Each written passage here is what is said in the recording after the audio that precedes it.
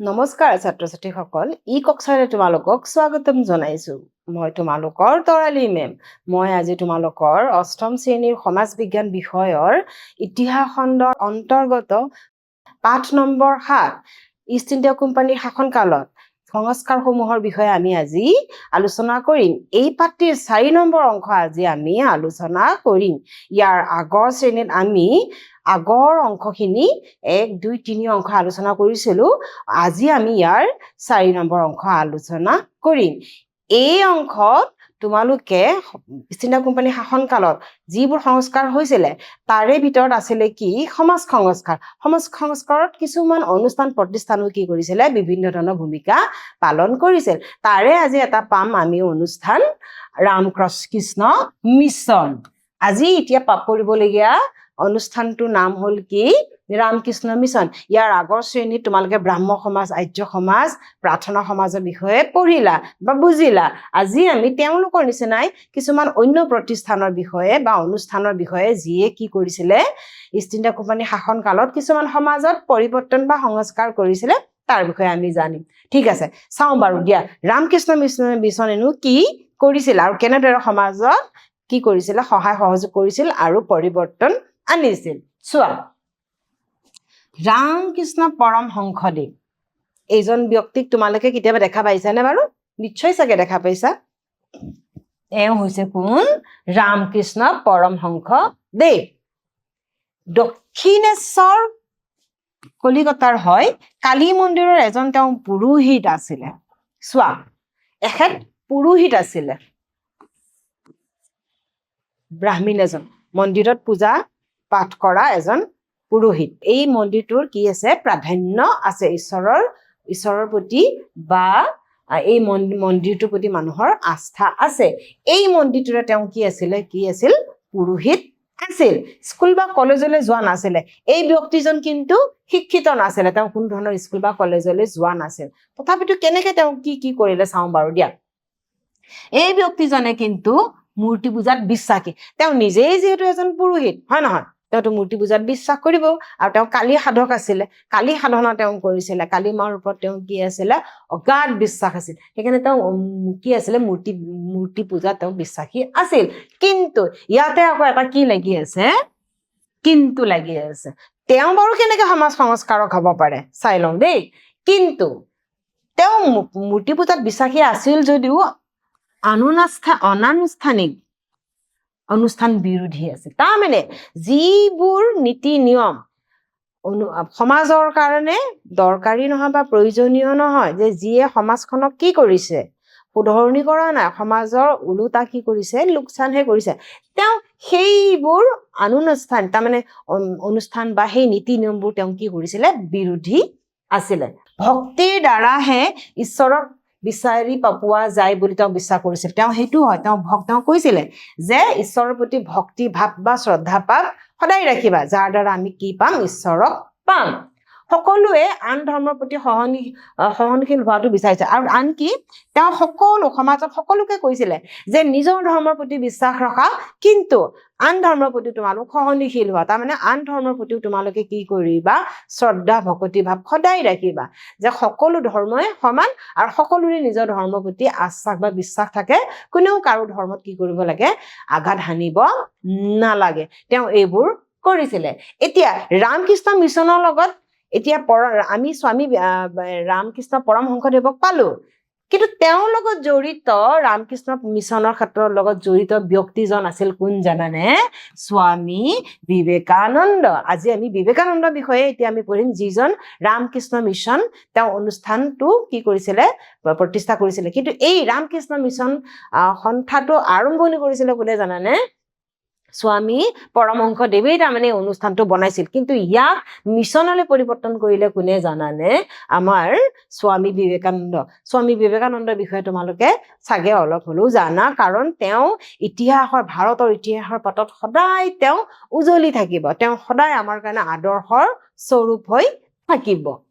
আমি সদায় তেওঁক আৰ্হি হিচাপে আমি ল'ম তেওঁ কি কৰিছিলে চাবা পৰমহংসৰ শিক্ষাৰ মূল উপলব্ধি কৰি তেওঁ শিষ্য হৈ পৰিছিল তাৰমানে স্বামী পৰমহংসদেৱক তেওঁ ইমান বিশ্বাস কৰিছিলে তেওঁৰ স্বভাৱ এওঁ হ'ল এজন শিক্ষিত ব্যক্তি স্বামী পৰমহংসদেৱ কিন্তু শিক্ষিত নাছিলে তেওঁ স্কুললৈও যোৱা নাছিলে কিন্তু এই শিক্ষিত ব্যক্তিজনে তেওঁৰ শ্ৰদ্ধাক ইমান তেওঁৰ প্ৰতি ইমান বিশ্বাস তেওঁ জন্মিছিলে যে তেওঁ কি কৰিছিলে তেওঁৰ শিষ্যত্বই গ্ৰহণ কৰিছিলে পৰমহংসদেৱৰ শিষ্য হৈ পৰিলে কোন স্বামী বিবেকানন্দ 1897 চন মনত ৰাখিবা চনটো 1897 চনত ৰামকৃষ্ণ মিছন প্ৰতিষ্ঠা কৰা হয় এই ৰামকৃষ্ণ মিছনৰ আৰম্ভণি কৰিছিলে পৰমহংসদেৱে আৰম্ভণি কৰিছিলে আৰু ইয়াক মিছনলৈ প্ৰতিষ্ঠা কৰিলে কোনে স্বামী বিবেকানন্দই ৰামকৃষ্ণ পৰমহংসদেৱৰ শিক্ষা সমাজত প্ৰচাৰ কৰিবলৈ আৰু কি কাৰণত কৰিলে তেওঁ ৰামকৃষ্ণ পৰমহংসদেৱে যিবোৰ বাণী প্ৰচাৰ কৰিছিলে সমাজক তেওঁ সঠিক দিশত তেওঁ লৈ গৈছিলে এইবোৰ কথা কোনে গ্ৰহণ কৰিছিলে আমাৰ বিবেকানন্দই গ্ৰহণ কৰিছিল আৰু বিবেকানন্দই ভাবিছিলে যে স্বামী পৰমহংসদেৱৰ যিবোৰ বাণী যে তেওঁৰ যিবোৰ কথা তেওঁ সমাজৰ কাৰণে কি ভাবিছিলে এইবোৰ তেওঁ কি কৰিব সমাজত কি কৰিব প্ৰচাৰ কৰিব আৰু সেই উদ্দেশ্য তেওঁ লৈছিলে ৰামকৃষ্ণ মিছনৰ জৰিয়তে ঠিক আছে আৰু এনেকৈ ৰামকৃষ্ণ মিছনে কি কৰিছিল সমাজত সংস্কাৰ আনিছিল ৰামকৃষ্ণ মিছনৰ দৰে বা ব্ৰাহ্ম সমাজৰ দৰে আৰু এটা আছিল অনুষ্ঠান যিয়ে সমাজক শুধৰণি কৰিছিল আৰু এইটো ক্ষেত্ৰত আমি কিছুমান হিন্দু ধৰ্মৰ বাহিৰে অন্য ধৰ্মৰ নাম ল'ব লাগিব সেইটো হৈছে কি মুছলমান বা আমাৰ ইছলাম ধৰ্মী যিকেইখন লোক আছিল তেওঁলোকেও কিন্তু সমাজলৈ কিছুমান কি আহিলে পৰিৱৰ্তন আহিছিল আৰু এই পৰিৱৰ্তন আনিছিলে কোনে জানানে এইজন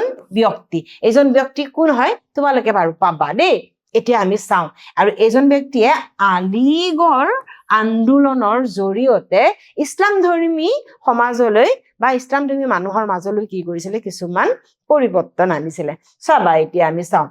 সেই সময়ছোৱাত পাশ্চাত্য শিক্ষাৰ পোহৰ ইছলাম ধৰ্মী লোকসকলে অনুপ্ৰাণিত কৰিছিল এতিয়া কথা হ'ল কি ইছলাম ধৰ্মী মানুহসকলৰ মাজত এটা কুপ্ৰথা আছিলে হিন্দু ধৰ্মতো আছিলে বিভিন্ন ধৰ্মতো আছিল কিন্তু এওঁলোকে হিন্দু ধৰ্মৰ তুলনাত ইছলাম ধৰ্মী মানুহৰ মাজত এটা বেছি আছিল কি তেওঁলোকে শিক্ষা আধুনিক শিক্ষা বা পাশ্চাত্য শিক্ষা পশ্চিমীয়া শিক্ষাৰ প্ৰতি তেওঁলোক কি নাছিল আকৰ্ষিত নাছিল তেওঁলোকে ধাৰ্মিক শিক্ষাৰ প্ৰতিহে আকৰ্ষিত আছিলে আৰু এই পৰিৱৰ্তন আনাটো তাৰমানে সমাজত বৰ প্ৰয়োজন হৈ আছিল উত্তৰ ভাৰতৰ ছাৰ সৈয়দ আহমদ খান নামটো মনত ৰাখিবা ছাৰ সৈয়দ আহমদ খান এইজন ব্যক্তি দেখিলানে ছাৰ সৈয়দ আহমদ খানে এই ক্ষেত্ৰত তেওঁ দেখিলে যে এনেকে হলে দেখোন ইছলাম ধৰ্মী মানুহ সমাজত সদায় কি হৈ থাকিব পিছ পৰি থাকিব এই ইছলাম ধৰ্মী মানুহখিনিৰ সমাজ শুধৰণিৰ বাবে তেওঁ কি কৰিলে তেওঁ প্रण ললে তেওঁ ভাবিলে যে ইয়াক কিবা নহয় কিবা এটা কৰিব লাগিব ছাৰ সৈয়দ আহমদ খানে নবাব আব্দুল মালিক লতিফ আৰু সৈয়দ আমিৰ আলী মুছলমান সম্প্ৰদায়ক ইংৰাজী আৰু নতুন ভাৱধাৰাৰ প্ৰতি আগ্ৰহান্বিত কৰিবলৈ দিলে তেওঁ কি কৰিলে এই দুজন ব্যক্তি সৈয়দ আমিৰ আলী আৰু নবাব আব্দুল লতিফৰ লগ হৈ কিনে তেওঁ কি কৰিলে তেওঁ ঠিক কৰিলে কি যে আমাৰ যিখিনি ইছলাম ধৰ্মী মানুহ আছে তেওঁলোককো কি কৰিব লাগিব ইংৰাজী ভাষাৰে শিক্ষা দিয়াব লাগিব যাতে তেওঁলোকৰ মাজতো ইছলাম ধৰ্মী মানুহৰ মাজতো কি হয় পশ্চিমীয়া শিক্ষা বা পাশ্চাত্য শিক্ষাৰ প্ৰতি ধাউতি আহে এইখিনি কাম তেওঁ কৰিছিলে 1877 চনত ছাৰ সৈয়দ আহমদ খানৰ প্ৰচেষ্টাত আলিগড় মুছলমান ছাত্ৰ ছাত্ৰীসকলৰ বাবে এংলো অৰিয়েণ্ট কলেজ এই কলেজখনৰ নাম তোমালোকে মনত ৰাখিবা এংলো অৰিয়েণ্ট কলেজ বৰ্তমান এই এংলো অৰিয়েণ্ট কলেজখনক আলিগড় মুছলিম বিশ্ববিদ্যালয় বুলি জনা যায় বৰ্তমান এতিয়া এই এংলো অৰিয়েণ্ট কলেজখনৰ নাম আকৌ এংলো অৰিয়েণ্ট হৈ থকা না এতিয়া কয় ইয়াক আলিগড় মুছলিম বিশ্ববিদ্যালয় এই বিশ্ববিদ্যালয়খন প্ৰতিষ্ঠা কোনে কৰিছিলে ছাৰ সৈয়দ আহমদ খানে তেওঁ ভাবিলে এনেকুৱা এখন শিক্ষা অনুষ্ঠান প্ৰস্তুত কৰো বা প্ৰতিষ্ঠা কৰো যাৰ দ্বাৰা ইছলাম ধৰ্মী লোকসকলে কি কৰিব পাৰে ইংৰাজী শিক্ষা গ্ৰহণ কৰিব পাৰে বা পাশ্চাত্য শিক্ষাৰে নিজৰ জীৱন পোহৰাব পাৰে বা উজ্বলাব পাৰে এইখিনি কথা তেওঁ কি কৰিছিলে ইয়াৰ জৰিয়তে আলিগড় আন্দোলনৰ জৰিয়তে তেওঁ চেষ্টা কৰিছিল ইয়াত বিজ্ঞান শিক্ষাৰ ওপৰত গুৰুত্ব দিছিলে চোৱা তেওঁ কি কৰিছিলে যিহেতু বিজ্ঞান শিক্ষা ইছলাম ধৰ্মী মানুহসকলৰ মাজত নাছিল হিন্দু ধৰ্মত কিন্তু আছিলে সেইকাৰণে কৈছিল যে হিন্দু ধৰ্মৰ তুলনাত মুছলিম ধৰ্মৰ মানুহখিনি সেইখিনি সময়ত বেছি পিছপৰা আছিল তেওঁলোকে আধুনিকতাৰ পোহৰ একেবাৰে তেওঁলোকৰ মাজত নাছিলে পাশ্চাত্য শিক্ষা ইংৰাজী হওক বিজ্ঞানে হওক এইবোৰৰ প্ৰতি তেওঁলোক কি নাছিলে একেবাৰে আগ্ৰহান্বিত নাছিলে এই শুধৰণি কৰিছিলে কোনে ছাৰ সৈয়দ আহমদ খানে তেওঁ কি কৰিছিলে এই কলেজত বিজ্ঞান শিক্ষাক অধিক গুৰুত্ব দিছিল ছাৰ সৈয়দ আহমদ খানে গণ সজাগতা সৃষ্টি কৰিছিল সকলো ঠাইতে তেওঁ সভা সমিতি পাতি মানুহখিনিক কি কৰিছিলে তেওঁ সজাগ কৰিছিলে যে বৰ্তমান ইংৰাজী শিক্ষা বা বিজ্ঞান শিক্ষা বহুত প্ৰয়োজন যদি মানুহে এইখিনি নাজানে সদায় সমাজত কি হ'ব পিছ পৰি থাকিব আৰু সমাজত কেতিয়াও তেওঁলোক কি হ'ব নোৱাৰে অইন ধৰ্ম বা অইন জাতিৰ লগত ফেৰ মাৰিব নোৱাৰে সেইকাৰণে তেওঁ কি কৰিছিলে সজাগতা সভা পাতিছিলে বা মেল মিটিং পাতিছিলে আৰু এই কিছুমান ইছলাম ধৰ্মী মানুহৰ মাজত যিবোৰ কুপ্ৰথা আছিলে এইবোৰ তেওঁ অতৰাবলৈ এই সজাগতা সভাবোৰ পাতিছিলে যেনে পৰ্দা প্ৰথা মানে বুজি পাইছানে তোমালোকে যে ইছলাম ধৰ্মী মহিলাসকলে সদায় নিজৰ মুখখন কি কৰিব লাগিছিল ঢাকিহে বাহিৰলৈ ওলাব লাগিছিল সাধাৰণতে তেওঁলোক কি কৰিছিলে বাহিৰত খুব কমে ওলাইছিলে পুৰুষৰ সমান তেওঁলোকৰ সিমান স্বাধীনতা তেওঁলোকৰ নাছিল বাহিৰলৈ ওলাব তেওঁলোকে নোৱাৰিছিল বা তেওঁলোকৰ বাধা বিঘিনি বেছিকে আছিল আৰু কেনেবাকে যদি ওলাবও তেওঁলোকে লাগিছিলে বা তেওঁলোক বাহিৰলৈ আহিছিলেও তো তেতিয়া কি হ'ব লাগিছিল তেতিয়া সদায় পৰ্দাৰ আঁৰত তেওঁলোক থাকিব লাগিছিল এইটো জানো কুপ্ৰথা নহয়নে বাৰু এক প্ৰকাৰ এই পৰ্দাই মানুহজনী কিমান এটা শাৰীৰিক বা মানসিকভাৱে এটা কষ্ট দিয়ে তাৰোপৰি বাল্য বিবাহ সেইখিনি সময়ত বাল্য বিবাহ তেওঁলোকৰ মাজত বৰকে চলি আছিল তাৰমানে প্ৰাপ্তবয়স্ক নোহোৱাৰ আগতে ছোৱালীবোৰক কি কৰিছিলে বিবাহ পাশত আবদ্ধ কৰাইছিল তাৰ পাছত আছিল বহু বিবাহ মানে তোমালোকে বুজি পাইছানে যে এজন ব্যক্তিয়ে এগৰাকীকহে বিয়া কৰাব নোৱাৰিলে তেওঁ ইচ্ছা কৰিলে তেওঁ এজনীৰ ওপৰেও তেওঁ 2-4জনীৰ লগতে তেওঁলোকে বিয়া পাতিব পাৰে বা বিবাহ হ'ব পাৰে কিন্তু এইটো আকৌ পুৰুষৰ ক্ষেত্ৰতহে আছিল দেই মহিলাৰ ক্ষেত্ৰত নাছিলে এই কুপ্ৰথাবোৰ আঁতৰাবৰ বাবে ছাৰ সৈয়দ আহমদ খানে কি কৰিছিলে তেওঁ সজাগতা সভা পাতিছিলে আৰু তেওঁ এই কামবোৰ কৰিছিলে আলিগড় আন্দোলনৰ জৰিয়তে মুছলমান সমাজ প্ৰচলিত এই প্ৰথাবিলাকক তেওঁ আঁতৰাব বিচাৰিছিল যাতে মানুহৰ মাজৰ পৰা এই কুপ্ৰথা আঁতৰ হয় ভাৰতীয় মুছলমানসকলৰ মাজত পুনৰ জাগৰণৰ পোহৰ বিলোৱা কাৰ্যসূচী কেন্দ্ৰভূমি আছিলে আলিগড় চহৰতে তাৰমানে এই অনুষ্ঠান প্ৰতিষ্ঠানবিলাক আছিলে কাৰণ মুছলমান সমাজৰ মেইন কেন্দ্ৰভূমি আছিলে এই আলিগড় চহৰ সেইকাৰণে তেওঁ অনুষ্ঠানটোৰ নামেই আছিলে কি আলিগড় আন্দোলন বা আলিগড় ইনষ্টিটিউচন সেই ইয়াক আলিগড় আন্দোলন হিচাপে জনা যায় কাৰণ যিহেতু আলিগড় চহৰখনে তেওঁলোকৰ কি আছিলে মেইন কেন্দ্ৰভূমি আছিল আৰু এই ঠাইখনৰ নামৰে সৈতে তেওঁ অনুষ্ঠানটোৰ নাম দিলে কি আলিগড় আন্দোলন মনত থাকিবনে তোমালোকৰ নেক্সট চাবা প্ৰথমতে ইষ্ট ইণ্ডিয়া কোম্পানীৰ পৰা পশ্চিমীয়া শিক্ষা আৰু নীতিৰ প্ৰতি মুছলমানসকলে হিন্দুসকলৰ দৰে ইতিবাচক সহায় দিয়া নাছিল মই অলপ আগতে তোমালোকক কৈছিলো যে ইষ্ট ইণ্ডিয়া কোম্পানী এই যে সমাজ সংস্কাৰ কৰিলে বা শিক্ষা ব্যৱস্থাই হওক বা ৰাজহুৱা হওক বিশেষকৈ শিক্ষা ক্ষেত্ৰত সংস্কাৰ তেওঁলোকে বেছি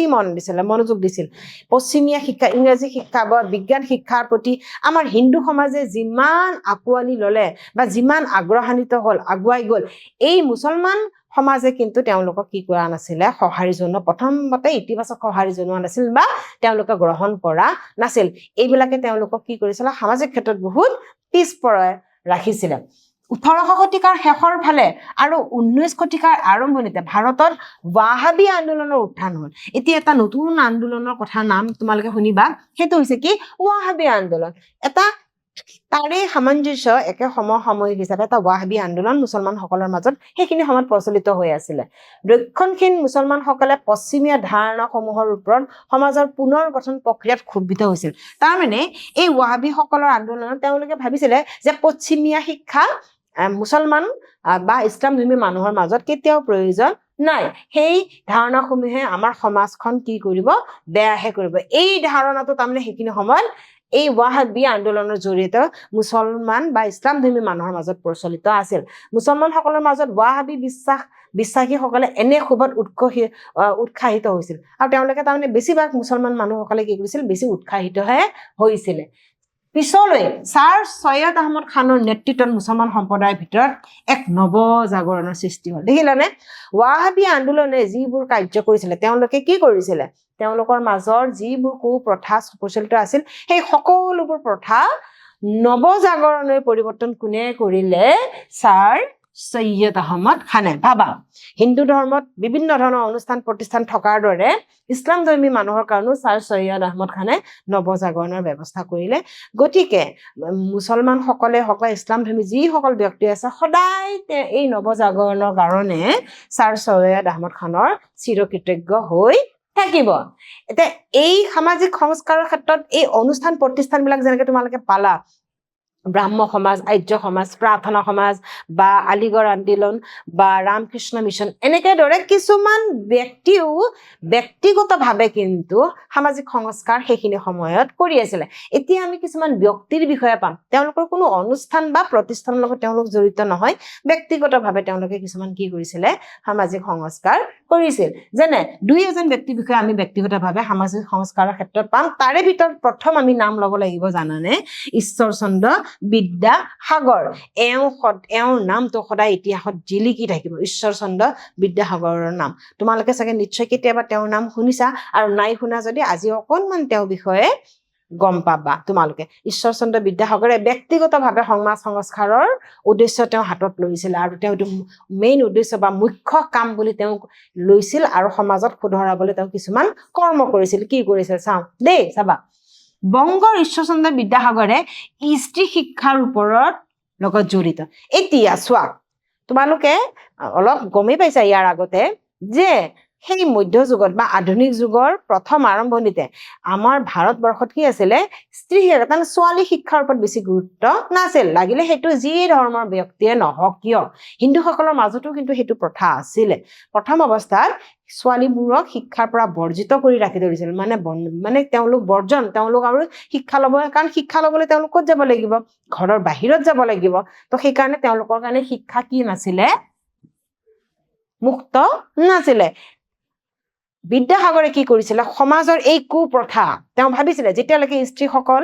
শিক্ষিত নহয় সমাজ কেতিয়াও এখন শুধৰণি কেতিয়াও হ'ব নোৱাৰে বা এখন সমাজ কেতিয়াও প্ৰকৃতভাৱে কি হ'ব নোৱাৰে শিক্ষিত হ'ব নোৱাৰে সেইকাৰণে তেওঁ ভাবিছিলে যে এখন সমাজ প্ৰকৃতভাৱে শিক্ষিত হ'বলৈ হ'লে সমাজৰ স্ত্ৰীসকল কি হ'ব লাগিব শিক্ষিত হ'ব লাগিব ইয়াক তেওঁ মুখ্য উদ্দেশ্য হিচাপে ল'লে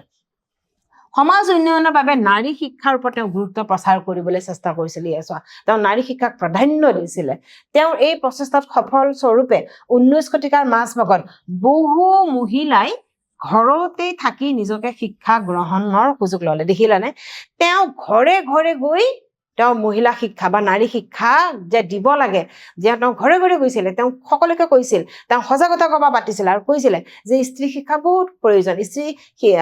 এগৰাকী নাৰী শিক্ষিত হ'লেহে এটা পৰিয়াল শিক্ষিত হ'ব আৰু এটা পৰিয়াল শিক্ষিত হ'লেহে কি হ'ব সমস্ত সমাজ শিক্ষিত হ'ব তেওঁ সেইকাৰণে কৈছিল আৰু তেওঁৰ এই প্ৰচেষ্টাতে কি হ'ল জানানে বহু মহিলাই ঘৰতেই কি কৰিলে শিক্ষা গ্ৰহণ কৰিলে ইয়াৰে এটা নিদৰ্শন তোমালোকে পাবা কি জানানে ৰাজসুন্দৰী দেৱীয়ে কলিয়াতে এগৰাকী মধ্যবিত্ত পৰিয়ালৰ নাৰী আছিলে দেই তেওঁ সম্ভ্ৰান্ত ঘৰৰ নাৰী আছিল তেওঁ কি কয় তেওঁ কলিকতাৰ আছিল তেওঁ ঘৰতে শিক্ষা লাভ কৰিলে আৰু তীব্ৰ আগ্ৰহ প্ৰকাশ কৰিলে আৰু তেওঁ শিক্ষা গ্ৰহণো কৰিলে আৰু চাবা তেওঁ অকল শিক্ষা গ্ৰহণ কৰাই নহয় তেওঁ কি কাম কৰিলে তেওঁ ডাঙৰ কৃতিত্ব এটা অৰ্জন কৰিলে সেইটো কি চাবা বাংলা ভাষাত আত্মজীৱনী ৰচনা কৰিছিল তেওঁ এখন শিক্ষিত হৈও তেওঁ কি কৰিছিলে আত্মজীৱন অটোবায়োগ্ৰাফি এখন তেওঁ বাংলা ভাষাত ৰচনা কৰিছিলে যাৰ নাম আছিলে কি আমাৰ জীৱন নামটো তোমালোকে মনত ৰাখিবা তেওঁ এখন আত্মজীৱনী লিখিলে যাৰ নাম আছিল আমাৰ জীৱন এইগৰাকী ভাৰতীয় মহিলাৰ দ্বাৰা লিখা প্ৰথম আত্মজীৱনী এটা তোমালোকে জানিবলগীয়া কথা হ'ল কি যে ভাৰতীয় সমাজৰ প্ৰথম আত্মজীৱনী কোনে লিখিছিলে ভাবা কোন ৰাজসুন্দৰী দেৱী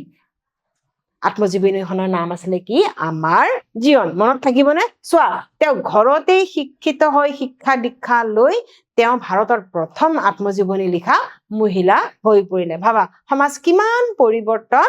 হ'ল ঈশ্বৰচন্দ্ৰ বিদ্যাসাগৰৰ আৰু এটা বহুত দৰকাৰী কাম তেওঁ সমাজৰ কাৰণে কৰিলে আৰু সদায় চিৰদিন এই ভাৰতীয় ইতিহাসত তেওঁৰ নাম উজ্বলি থাকিব আৰু তেওঁৰ সদায় বিশেষকৈ শিক্ষিত নাৰীয়ে বা সমস্ত নাৰীয়ে তেওঁৰ ওচৰত সদায় কৃতজ্ঞতা জ্ঞাপন কৰিব কি কাৰণে জানানে তেওঁ এটা বৰ পুণ্য কাম কৰিছিলে সেইটো হৈছে তেওঁ বিধৱা বিবাহ পুনৰ বাবে তেওঁ প্ৰচলনৰ তেওঁ ব্যৱস্থা গ্ৰহণ কৰিছিল তেওঁ সমাজত দেখিছিলে ঘৰে ঘৰে যেতিয়া তেওঁ সজাগতা সভা পাতিছিল ঘৰে ঘৰে যেতিয়া তেওঁ গৈছিলে স্ত্ৰী শিক্ষা পোহৰ বিলাবৰ কাৰণে বা স্ত্ৰী শিক্ষাক আগুৱাই আনিবলৈ তেওঁ যেতিয়া ঘৰে ঘৰে গৈছিলে তেওঁ দেখা পাইছিলে যে সমাজত প্ৰত্যেক ঘৰতে হওক সমাজত বেছিভাগ ঘৰতে কি অপ্ৰাপ্ত বয়স্ক সৰু সৰু ছোৱালী বিধৱা হৈ বহি আছে তেওঁ অন্তৰত বৰ আঘাত পাইছিলে এই সৰু সৰু ছোৱালীবোৰ এতিয়াই বিধৱা সমস্ত জীৱন সিহঁতে কেনেকৈ কটাব এইটো হৈছিলে কি কাৰণ জানানে কাৰণ সেইখিনি সময়ত বাল্য বিবাহ প্ৰচলিত আছিল আৰু তেওঁলোকৰ স্বামীৰ লগত বয়সৰ কি আছিলে বহুত পাৰ্থক্য আছিল যাৰ বাবে স্বামীজন সোনকালে ঢুকাই যায় আৰু সেই ছোৱালীজনী বা সেই তিৰোতাগৰাকী প্ৰাপ্তবয়স্ক নাপাওঁতে তেওঁ কি হয় বিধৱা হয় আৰু এনেকৈয়ে গোটেই সমস্ত সমাজ কি হৈ গৈছিল বিধৱাৰে ভৰি গৈছিল আৰু সেইকাৰণে তেওঁ উদ্দেশ্য আৰু এটা ল'লে কি যে এই বিধৱাবিলাকক কি কৰিব লাগিব পুনৰ বিবাহৰ তেওঁ ব্যৱস্থা কৰিব লাগিব আৰু সমাজে এই ব্যৱস্থা কৰাব লাগিব সমাজে তেওঁলোকক অনুমতি দিব লাগিব যে এই বিধৱা বিলাকে কি কৰিব পাৰে পুনৰ বিবাহত বহিব পাৰে ইয়াৰ বাবে তেওঁ কি কৰিলে তেওঁ ভাবিলে যে তেওঁ কিবা এটা কাম কৰিবলৈ হলে তেওঁ প্ৰথম নিদৰ্শন বা আৰ্হি হৈ তেওঁ দেখুৱাব লাগিব সেই উদ্দেশ্যে সমাজত এইটো বিধৱা বিবাহ প্ৰচলন কৰা উদ্দেশ্যে তেওঁ কি কৰিলে জানানে তেওঁ নিজৰ পুত্ৰকে এগৰাকী বিধৱাক বিয়া কৰাই দিলে চোৱাচোন কোনে ইমান ত্যাগ কৰিব ভাবা তেওঁ ভাবিলে মই মোৰ ঘৰৰ পৰাই আৰম্ভণি কৰিম এই প্ৰথাৰ যাতে বিধৱাই পুনৰ বিয়াহত বহিব পাৰে আৰু জীৱনটো কি কৰিব পাৰে এটা উন্নত জীৱন যাপন কৰিব পাৰে সেইকাৰণে তেওঁ নিজৰ পুত্ৰকে এগৰাকী বিধৱাক বিয়া কৰাই দিলে আৰু সমাজত আদৰ্শ হিচাপে থিয় হ'ল আৰু তেওঁক দেখা দেখি সমাজখন কি হ'ল শুধৰণি হ'ল এইদৰে তেওঁ ভাবা সমাজত কিমান তেওঁ উন্নত কাম কৰিছিলে এইদৰে ভাৰতত কিহৰ সৃষ্টি হৈ গ'ল নৱজাগৰণৰ সৃষ্টি হ'ল এইবোৰ সংস্কাৰৰ জৰিয়তে ভাৰতত কি হ'ল ভাৰতৰ চুকে কোণে পূব পশ্চিম উত্তৰ দক্ষিণ সকলোতে কি হ'ল নৱজাগৰণৰ সৃষ্টি হ'ল বা আধুনিক যুগৰ বা নতুন সংস্কাৰ হ'ল সকলো ক্ষেত্ৰত শিক্ষা বা সমাজ হওক বা আৰ্থিকভাৱে হ'ল আৰু এই ক্ষেত্ৰত সদায় আমি শলাগ লৈ থাকিব লাগিব ইষ্ট ইণ্ডিয়া কোম্পানীৰ এই সংস্কাৰৰ বাবে ইষ্ট ইণ্ডিয়া কোম্পানীৰ সংস্কাৰৰ বাবে বহুখিনি অৱদান আগবঢ়াইছিল প্ৰশাসনিক আৰ্থ সামাজিক এইবোৰ ক্ষেত্ৰত তাৰ ফলস্বৰূপে ভাৰতে ক্ৰমান্বয়ে আধুনিকতাৰ দিশে আগবাঢ়িলে ভাৰতো কি হ'ল আধুনিকতাৰ দিশত আগবাঢ়িলে আৰু যদি এই ইষ্ট ইণ্ডিয়া কোম্পানী এই সংস্কাৰখিনি যদি সেইখিনি সময়ত নকৰিলে হয় বা আমাৰ ভাৰতীয় শিক্ষিত ব্যক্তিখিনিয়ে যদি ইষ্ট ইণ্ডিয়া কোম্পানীক সহায় সহযোগ নকৰিলে হয় ভাৰতত সহজতে কি নহলে হয় নৱজাগৰণ নহলে হয় বা আধুনিকতা পোহৰ নাহিলে হয় বা সামাজিক কুপ্ৰথাৰ পৰা ইমান সহজে মানুহ কি হ'ব নোৱাৰিলে হয় ইয়াৰ পৰা মুক্ত হ'ব নোৱাৰিলে হয় গতিকে এই ক্ষেত্ৰত আমি সদায় ইষ্ট ইণ্ডিয়া কোম্পানীৰ আৰু আমাৰ শিক্ষিত ব্যক্তিসকলক সদায় আমি কি হৈ থাকিম কৃতজ্ঞতা জ্ঞাপন কৰিম ঠিক আছে আজি আমি এইটো অংশত যিখিনি পঢ়িলো তাৰ ওপৰত কেইটামান প্ৰশ্ন আছে চেষ্টা কৰাৰ প্ৰশ্নকেইটা বাৰু মই জানো তোমালোকে পাৰিবা নিশ্চয় যিহেতু তোমালোকে মন দি শুনিছা চোৱা ৰামকৃষ্ণ মিছনৰ প্ৰতিষ্ঠা কৰিছিল কোনে এটা তিনিজন ব্যক্তিৰ নাম আছে চোৱা স্বামী দয়ানন্দ সৰস্বতী ৰাজা ৰামমোহন ৰয় স্বামী বিবেকানন্দ ৰামকৃষ্ণ মিছন মনত পৰিছেনে কোন হয় তেখেত স্বামী বিবেকানন্দ নেক্সট 2 নম্বৰটো চাবা দেশ দক্ষিণেশ্বৰ কালী মন্দিৰ এজন পূজাৰী আছিল কোন আছিলে বাৰু মনত পৰিছেনে তেওঁ কি আছিলে স্বামী বিবেকানন্দৰ কি আছিলে গুৰু আছিলে কি ৰামহংস পৰমদেৱ ৰামহংস পৰম দেৱ মনত থাকিব দেই নামটো মনত ৰাখিবা তোমালোকে নেক্সট চাবা 3 নম্বৰ এটা প্ৰশ্ন আছে বিধৱাসকলৰ পুনৰ বিবাহৰ লগত তলৰ কোনজন ব্যক্তি জড়িত আমি অলপ আগতে আমি বিধৱা বিবাহৰ বিষয়ে আমি পঢ়িছিলো কোন আছিলে ৰাজা ৰামমোহন ৰয় স্বামী বিবেকানন্দ ঈশ্বৰচন্দ্ৰ বিদ্যাসাগৰ কোন বাৰু কোৱাচোন তোমালোকে নিশ্চয় ধৰিবই পাৰিছা ন কোন ঈশ্বৰচন্দ্ৰ বিদ্যাসাগৰে কি কৰিছিল সমাজৰ পৰা এই কুপ্ৰথাটো দূৰ কৰাত তেওঁ অহৰহ চেষ্টা কৰিছিল ঠিক আছে পিছলে আজি আমি এই অংশটোত চতুৰ্থ অংশটোত এইটো পাঠৰ শেষৰ অংশত আমি আলোচনা কৰিলো কিদৰে ইষ্ট ইণ্ডিয়া কোম্পানীৰ শাসনকালত বিভিন্ন ধৰণৰ সংস্কাৰবিলাক আৰ্থিকভাৱে হওক বা ৰাজহভাৱে হওক বা শিক্ষা হওক বা সামাজিকভাৱে হওক এই সংস্কাৰবোৰে কি সমাজত কি পৰিৱৰ্তন আনিছিলে আৰু কেনেকে হ'ল আৰু ইয়াৰ ক্ষেত্ৰত আমাৰ শিক্ষিত ব্যক্তিসকলে কেনেকে সহায় সহযোগ কৰিছিল আৰু সমাজত কি হৈছিল আধুনিকতা পোহৰ কেনেকে আহিলে বা নৱজাগৰণ কেনেকে সৃষ্টি হ'ল এইটো বিষয়ে আমি গম পালো মই নিশ্চয় আশা কৰিম তোমালোকে এইটো ক্লাছত বা এইটো শ্ৰেণীত পঢ়ি বহুত তোমালোকৰ নিশ্চয় লাভ হৈছে আগৰ শ্ৰেণীত আকৌ তোমালোকক লগ পাম বুলি আশা থাকিল ধন্যবাদ